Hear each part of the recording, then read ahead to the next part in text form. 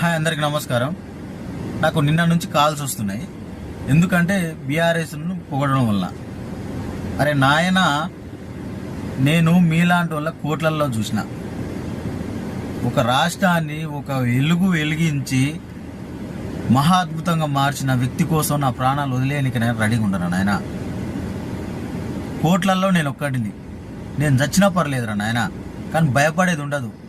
మరికొద్ది రోజుల్లో మా ప్రభుత్వం వస్తుంది, నేను చెప్తా మీకు. అప్పుడు మరికొద్ది రోజులే, ఎక్కువ టైం లేదు.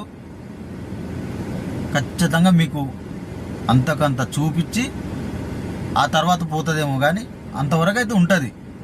కానీ మీలాంటి వాళ్ళకు భయపడేది లేదు, ఇంతవరకు భయపడలేదు.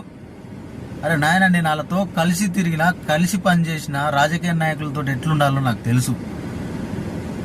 నాకు కొత్త ఏం కాదు.